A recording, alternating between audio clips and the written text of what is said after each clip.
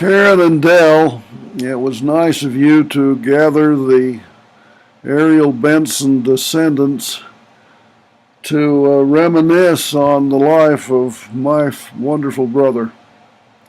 Just a word about Ariel and about the stories that have been told about him. You know, some of them had Lionel's retaliation, some talked Ariel's teasing, others talked about his schooling and his teaching and disciplining students, etc. But this is one that comes from the farm.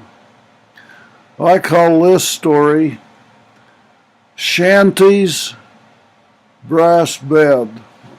I hope some of you can remember the old shanty was over by the old house, the old red shanty that was right near the door to the cellar in the old property where we used to live before we bought Uncle Ray and Aunt Afton's house. Anyway, during the summers, Ariel would sleep in the shanty because it was cooler.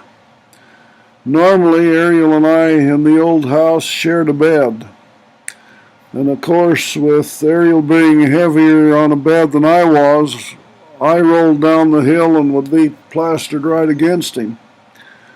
So in the summertime, when all that was needed was a sheet over you to keep you warm, why, Ariel wanted to get away from Lionel and sleep in the shanty, and that gave him privacy, and maybe it was just to keep from harassing me. I don't know, but that was his full-time job back then.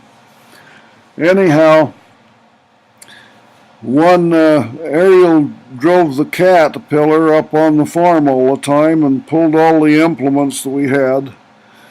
But up on the farm, the dugway that went straight from the left of the farmhouse on the south of the big gully up to what we called the South Flat was a place that caused great consternation to Winston, to Ariel, to Lionel, and to VHB, Vance Benson.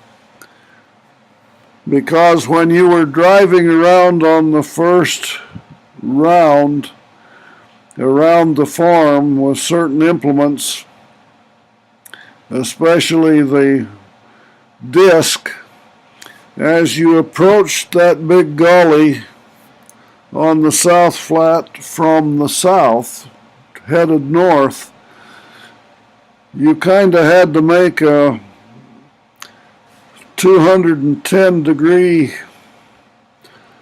turn to keep from going into the gully while you were working in the field. Well, the old Caterpillar we had, that was the one bought many years before I was born, had a throttle on it that had niches on it, and you had a button on top of the handle that you had to push to be able to slow down or speed up the throttle.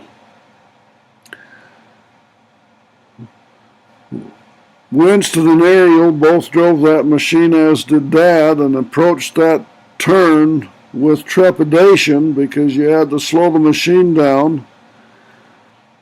That meant you had to pull on that handle and press it at the same time. You also had to have the clutch or the stick on the right hand pulled clear back against you so that the right hand track would not turn, and you had to have your foot full on the brake so that that track wouldn't roll or turn while you were trying to turn.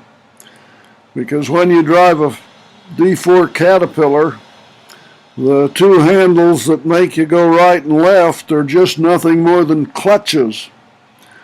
And if you pull the right one back, the right track can coast if you're headed downhill, or it can coast backwards if you're uphill, while the other track continues to move forward. thus giving the tractor the ability to turn. Well, long story short is, in the middle of the night, Ariel would have dreams of coming up on that gully from the south and trying to make that turn and working all the levers just right, and was always worried that he was going down into the gully and crash the tractor.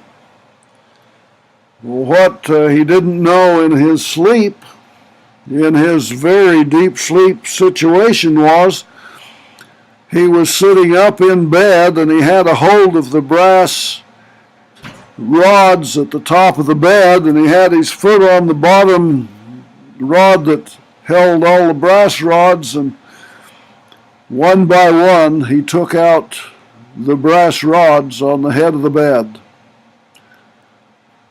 Now, Winston had had the same dream with the same tractor. I had the same dream with a new tractor, but unfortunately I never had a brass bed. End of story. And thank you for listening.